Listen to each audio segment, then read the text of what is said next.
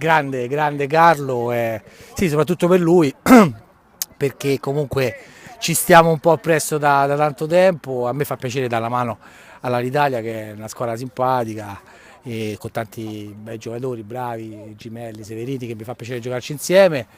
Belle esordio per me, sono contento, il campo mi mancava un po' e spero di poter dare la mano questa parte finale dell'anno all'Italia.